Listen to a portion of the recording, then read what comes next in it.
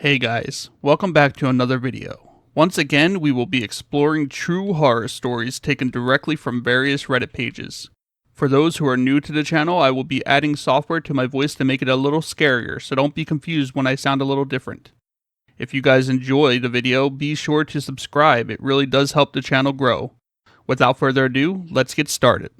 The coffee shop stalker, I first saw her on a cold November evening, walking home alone through the dimly lit streets. She moved with a quiet grace, oblivious to the world around her. Her long coat billowed slightly in the wind, her hair catching the glow of the flickering streetlights. I don't know what it was about her that caught my attention, but in that moment, something shifted inside me. At first, I told myself it was curiosity. Nothing more. I had no intention of getting close, no real reason to watch her beyond that fleeting interest. But as the days passed, I found myself searching for her without realizing it. I adjusted my routine to match hers. I knew what time she left for work, what time she came home. She had a habit of stopping by a small coffee shop on the corner of Lexington and Pine, always ordering the same drink, a vanilla latte with exactly 1 sugar. She was beautiful in a quiet, unassuming way. Not the kind of beauty that turned heads on the street, but something softer, something you had to really look at to appreciate. And I did look. I watched her from a distance, my presence as invisible as the breath in the night air. The first time I followed her home, it wasn't planned. She left the coffee shop, the steam from her cup rising into the cold air, and I just walked behind her. Not too close, not close enough to be noticed.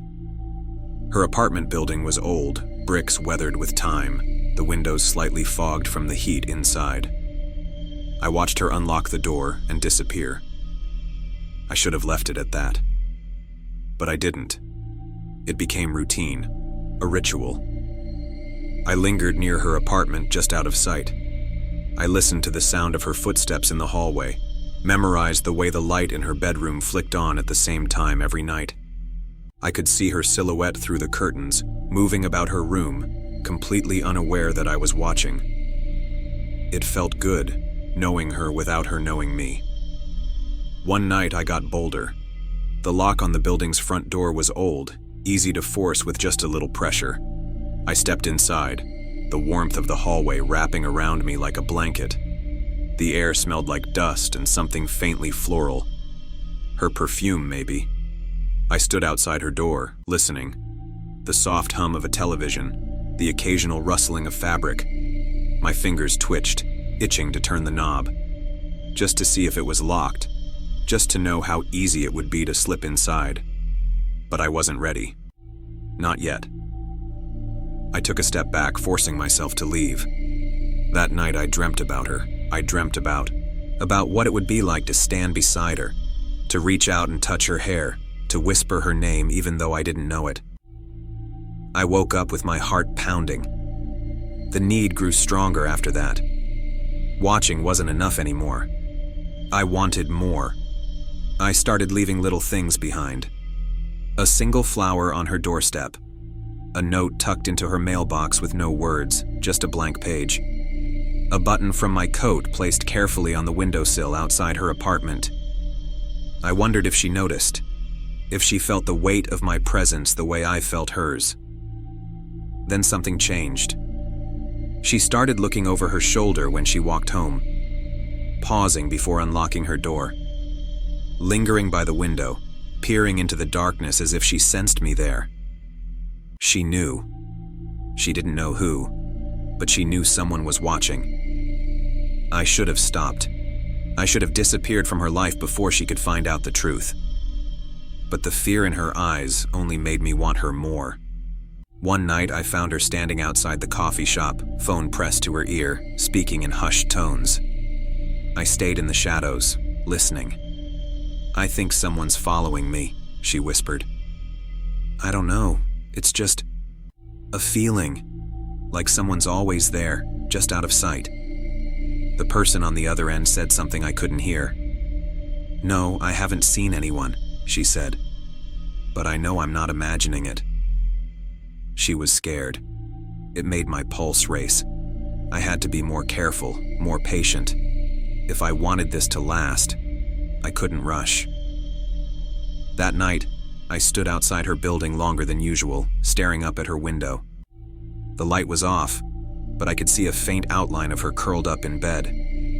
I imagined slipping inside, standing at the foot of her bed, watching her sleep. I wanted to know what she looked like up close, the details I couldn't see from a distance. The curve of her lips, the shape of her hands, the way her eyelashes fluttered against her skin when she dreamed. It wasn't enough to watch anymore. The next night, I waited until she was asleep. I forced the front door open as quietly as before, my footsteps light on the stairs. Her apartment door was locked, but I had planned for that. I had been studying her for weeks. I knew she kept a spare key hidden in a potted plant beside the door. It took less than a second to retrieve it, less than a breath to slide it into the lock. The door opened with a soft click. The apartment smelled like her, warm and sweet, with a hint of something deeper beneath it. I stepped inside, closing the door behind me. The glow from the streetlights seeped through the curtains, casting long shadows across the room. She was asleep. Her chest rose and fell in slow, steady breaths. Her lips were slightly parted, her hair a dark halo around her face. I stepped closer. My heart pounded so loudly I was sure she would wake up and hear it. I reached out, my fingers inches from her cheek. I could feel the warmth of her skin even without touching it. And then she stirred. I froze. Her eyelashes fluttered. A soft sigh escaped her lips. I took a step back, slipping into the shadows before she could wake fully. My heart was racing as I crept back to the door, locking it behind me as I left. I barely slept that night. I had been so close, and I knew, soon I wouldn't be able to stop myself. The thought sent a shiver down my spine. Because the truth was, I didn't want to stop. Anyone who's ever committed murder? What's the story? One of the most intelligent men I knew, my former boss, R, passed away of old age last year. When he was 16, which would have been in the 1940s, his mostly absentee, degenerate, doper father showed up, took R's younger sister in the garage, and beat her almost bloody with a belt. R arrived just in time to roll up the garage door and told the old man, "You ever touch her again, I'd kill you." The next day after school, he comes home to hear his sister screaming in the garage. He goes in the house, grabs Dad's shotgun, rolls up the door, tells Sis to run, and shoots and kills the sumbitch. R was taken to juvie till trial. Sister was sent to live with an aunt. At trial, the local Baptist pastor told the small-town judge he and his wife would legally adopt R. Judge declared the killing justified, and R grew up safe and loved, and got a degree in psychology. He told me the adoptive parents were his real parents. So I was newly pregnant, and meeting the rest of my family-in-laws during a holiday gathering, I met the aunt who used to be a rising star in LA as a model featured in magazines. If I recall correctly, she spent 17 years in prison because she was a drug mule transporting drugs during her modeling gigs. Anyway, I also met her boyfriend. He was charming, and my 6-year-old son loved him. Heck, even I was swooned by his charisma. When I left the family dinner, I was informed he was recently out of prison because he murdered 2 men and placed them into barrels before dumping them into the sea. Maybe he's a changed man? Error. A year later, I realized I haven't heard about this man in a while. When I asked the in-laws, there was a sudden silence. That's when I found out he murdered another man and tried dumping the body with the same method. You'd think he would have learned his lesson by now. Awkward part is, he left behind a barrel in the house where I'm staying at.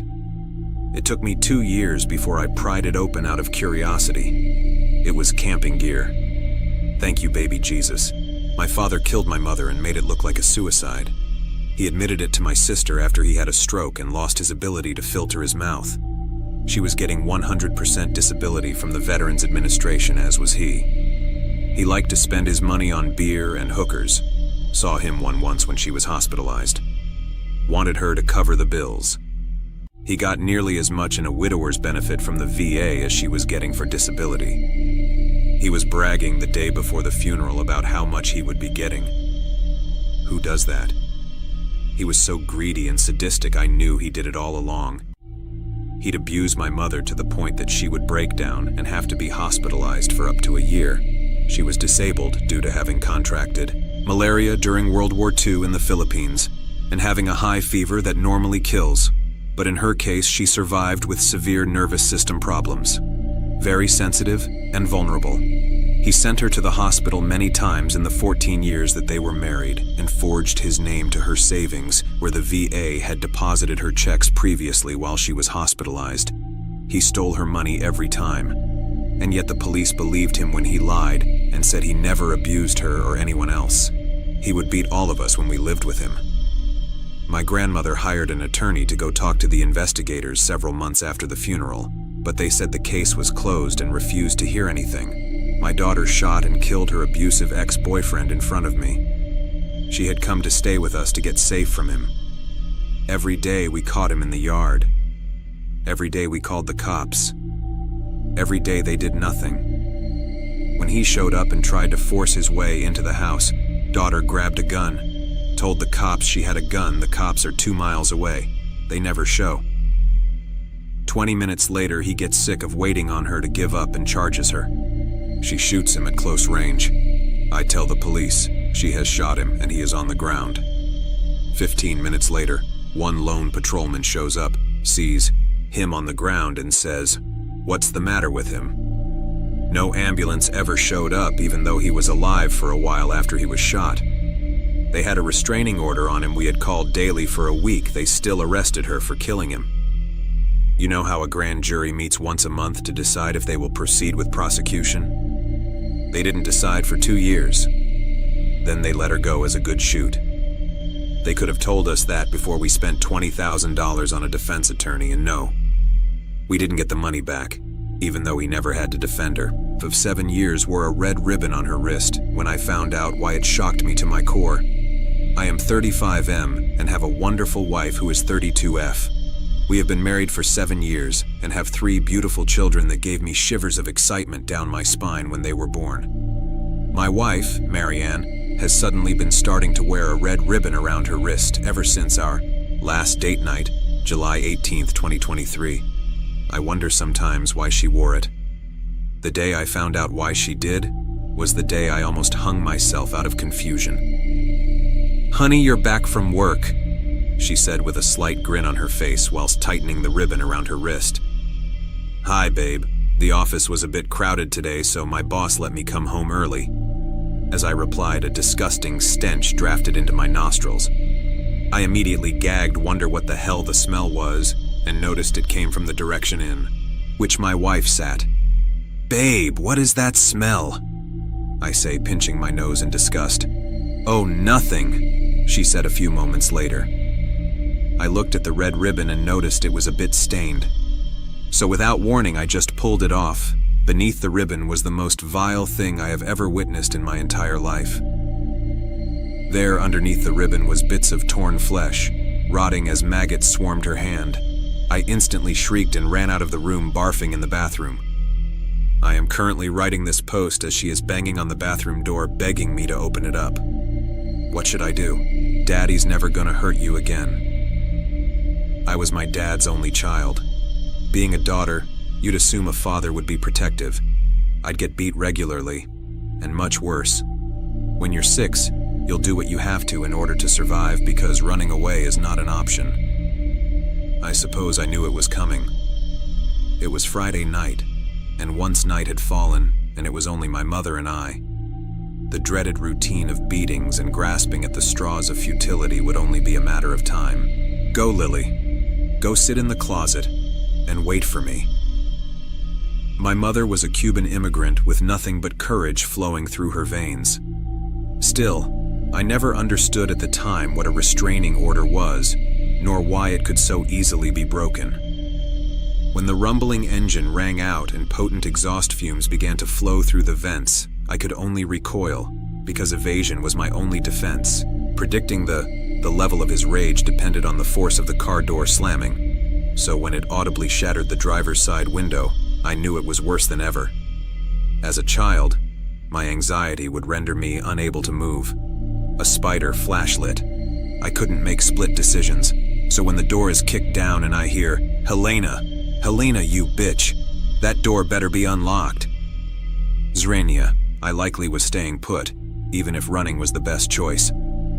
By this point, I'd dissociated from my body by focusing on two ants on the floor carrying piles of potato chip crumbs when the thud of my mother's body hit the kitchen floor.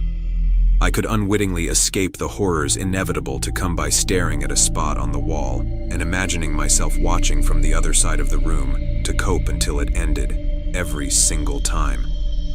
As for Mother, this night, no words were uttered. She never got a chance. "Lily, baby, Daddy's home. Come out and Daddy won't be mad." Muscles tensed agonizingly tight. I was frozen once again. Tears streaming down my cheeks.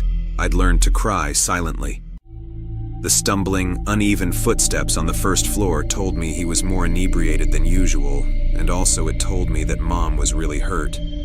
Usually she'd fight him with every fiber of her being on his way to the staircase, despite it always resulting in bloodshed. And then, 1, 2, 3, the footsteps creaked up the steps. "Lily, here I come.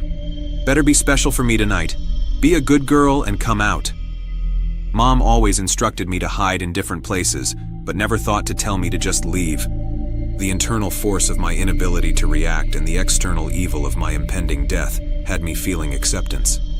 At only 6 years old, I was already prepared to die, and die horribly. 4, 5, almost up the steps. I'm a spider under a flashlight, wanting so terribly to make the decision to run to the bathroom and hide behind the curtain, but too frightened to act on it. "Mommy, if ghosts exist, then please do something." Then, that inevitable cracking of the broken top step. He's here. Dad was at the top of the steps. The bathroom, the shower curtain, hide in plain sight. Do it, Lily.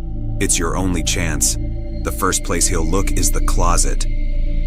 I was screaming inside. Then I heard the bathroom door slowly creak open, steps moving inside, and the shower curtain. Metal against metal. He'd ripped it off the hinges. No Lily there! Where could she be? Where did Mommy hide you this time? Sweating, heart racing, fingers running up and down the delicate skin of my belly, and brush over the soft skin of my arms, over top of the already existing scars. How much worse will it get?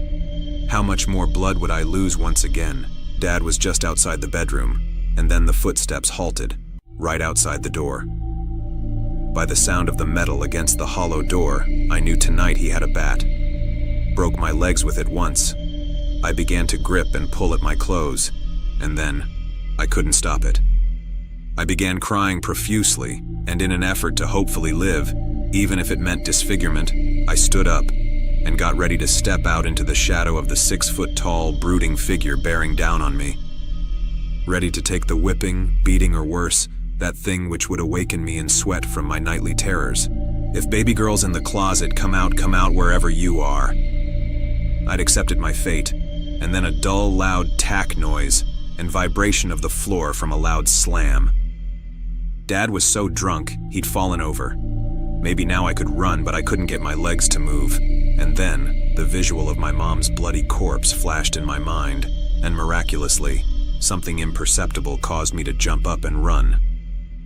I pushed out of the closet and ran to the door, prepared to jump over Dad's hopefully unconscious body and leave out the back door. And as I approached the door, I was stopped in my tracks. Standing in the hallway was my mother, unharmed and untouched. And at her feet, Dad's lifeless body with an axe in his back. I gazed up at my mother with watery eyes in wonder and astonishment, and when her eyes met mine, she said the sweetest thing to ever fall upon my ears. "Mama found a good hiding spot, baby. Daddy's never gonna hurt you again." Horrifying experience during quarantine. I was upstairs in my room one night playing video games with the volume really loud when I thought I heard noises coming from downstairs. I muted the TV and listened closer. Nothing. I resumed playing the game for another hour when I heard it again, only louder. I was sure I heard it this time and was a little freaked out. To assure myself, I went downstairs to the basement where I thought I heard the noise coming from. As soon as I opened the basement door, I was hit with a cold breeze. I went downstairs and saw the window wide open. I was 100% sure I'd closed and locked all the windows in the house. I was ready to make a run for it when something stopped me. I turned around and for the first time noticed the closet door was slightly cracked open. I stood for what seemed like 30 minutes in front of that door, debating whether I should open it. I moved closer and put my hand on the doorknob. All of a sudden, I heard a creepy crackle coming from inside the closet. I have never run faster up a flight of stairs before. I locked the door and called the cops, who had an unusually fast response time. They came in and searched the house, and not even 5 minutes into their search, I heard a gunshot from downstairs. A few minutes later, they came out with a deranged-looking man, probably homeless. They put him in the back of the car and told me they had opened the door, and the man was holding a gunshot at them and missed. He luckily missed, and the cops disarmed him and arrested him. The scariest part was how close I was to opening that door and likely being murdered. My brother didn't leave his room for 3 days. My parents wouldn't let me check on him. On the third night Jacob didn't come out of his room, I got the courage to bring it up to Mom. "People don't sleep for this long," I said. She was cooking a casserole, the 6th one this week. We were running out of fridge space for the leftovers, but she kept making more. I would watch her from the corner of the kitchen, her posture, curved and her newly grayed hair hanging over the food. I walked over and tugged at her sleeve, but she didn't respond. She was slathering butter on the top crust. "Mom," I said, "did you hear me?" "He needs his strength," she said. "We can't be bothering him." Before I could say anything, Dad walked in. His eyes were red and swollen, but he was smiling. He had 3 cans of Coke in his hands. "I'm starving," he said. "I still have the taste of that horrible cafeteria food in my mouth." "You would think hospitals had good food for how much money they make," Mom said. "I know, right?" Dad said. He placed the Cokes on the counter. Mom didn't want us to go near Jacob's room, but I was getting worried. I peered out from the kitchen. His room hung at the end of the hallway like an abandoned lighthouse, the only sign of life being the NY Yankees poster taped to his door. Near the ground, there was a small sliver of space to see if he had turned on his lights. It was still dark, as it had been for the last 3 days. I turned back to Mom. "Shouldn't we check on him?" I asked. "I don't know why places like Wendy's or Burger King don't put up little shops in hospital," Dad went on. "I mean, you have hundreds of people who are stuck there for days on end. That's consistent business." "It's all politics," Mom said. "They sign these big contracts that are impossible to break." Right, that makes sense, right." Dad was standing next to Mom now, his face inches from the casserole. He took a long sniff. He said. "Smells great. Do you want some of the leftovers while this finishes in the oven?" she asked. "I think we still have some from yesterday. Wasn't the spinach and ricotta one good?" "Very good. Very, very good," he said. I couldn't stop eating it. "Jacob's gonna devour these when he gets the appetite," Mom said. I turned back and took a step into the hallway. The distance between me and his room felt long and narrow, like a high wire. When I got away from the casserole smell, I hit a different smell. It reminded me of old gym socks. Even with Mom's array of candles and incense, I still smelled it. It cut through everything. The last time I saw Jacob was on the drive home from his treatment. His face was a pale green and his eyes kept rolling back. Mom said I had to keep talking to him, to keep his focus. I told him about my friends from school and how they keep pranking the teacher by putting tacks on her chair. It wasn't true. I saw it on a TV show once, but I was running out of material. It didn't matter though. Jacob didn't even respond. All he did was cough. Pink drool was spilling onto his t-shirt. "Danny," Mom said, "why don't you heat up some of those leftovers? We're all craving that spinach and ricotta casserole. I can't stop thinking about it, Dad said. I was dreaming about it last night.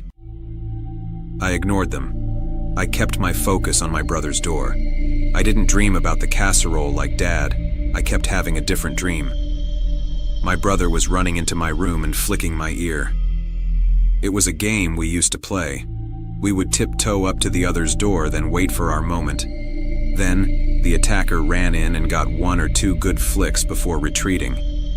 In my dream, though, Jacob would run in and flick me, but I wouldn't move. I just stood there. He would flick and laugh, then flick some more. Sometimes he would flick so hard my ear flew off. "Earth to Danny," Dad said, snapping his fingers in my face. He was standing in front of me, blocking my view of Jacob's door. "Do you mind heating up 4 portions of the casserole in case Jacob wants some? We're going to eat that before this next casserole because we want to make sure Jacob's able to try it because, in my opinion, it was definitely one of your mom's best." I looked up at him and held my eye contact. I couldn't say what I was thinking, so I wanted Dad to feel it. Maybe if I stared long enough, my feelings would translate. But Dad looked at me for only a moment, then away. In that brief connection, though, I saw something I didn't want to see. It was like staring down the tunnel of the world's deepest well. "Come on now," he said. He grabbed my shoulders and turned me around. His voice got heavier. "You're going to want to heat up each piece individually, because if you do them all at once, then you won't get even heat through the pieces, and you'll probably have a couple that are too hot and others that are too cold, and then Jacob won't get the full picture of how good these casseroles are." Dad let go of my shoulders and walked ahead of me, but I stayed in the hallway a moment longer. I turned to look at my brother's door one last time. I fantasized about walking up to it and going inside, but I was afraid Mom would yell at me. Besides, I never liked going in there. He had a puke bucket next to his bed which always had pink splatters in it, and there were always clumps of hair on his pillows. Back before the last hospital visit, Mom would make me go in there and talk to him, but I always made up some excuse, like I had a cold and didn't want to get him sick. When I couldn't get out of it, I would stay in there for a few minutes and watch him try to breathe. I would tell him about some TV episode I saw, then run back to my room. I looked up. I thought I was walking back to the kitchen, but I was moving toward the door. I didn't want to, but I kept moving, like my limbs were controlled by a puppeteer. I put my hand on the doorknob. I turned. The gym sock smell filled my head like helium. Through the darkness, I could make out a sliver of my brother's face. The soft evening light fell on him. His eyes were open, staring at the ceiling. His arms were straight as rulers, and his fingers curled like a blooming rose. I walked to the side of his bed. Red spit fell off his lips. He looked like a frowning clown. I flicked his ear. It was hard. I walked out and closed the door behind me. As I walked back, I seemed to forget what the inside of, his room looked like. With the door closed, it could be anything. Jacob could be doing jumping jacks, or reading comic books, or plotting his next ear flick attack. When I walked into the kitchen, I heated up 4 plates of spinach and ricotta casserole. When they were done, I wrapped Jacob's plate in aluminum foil and put it in the oven to keep warm.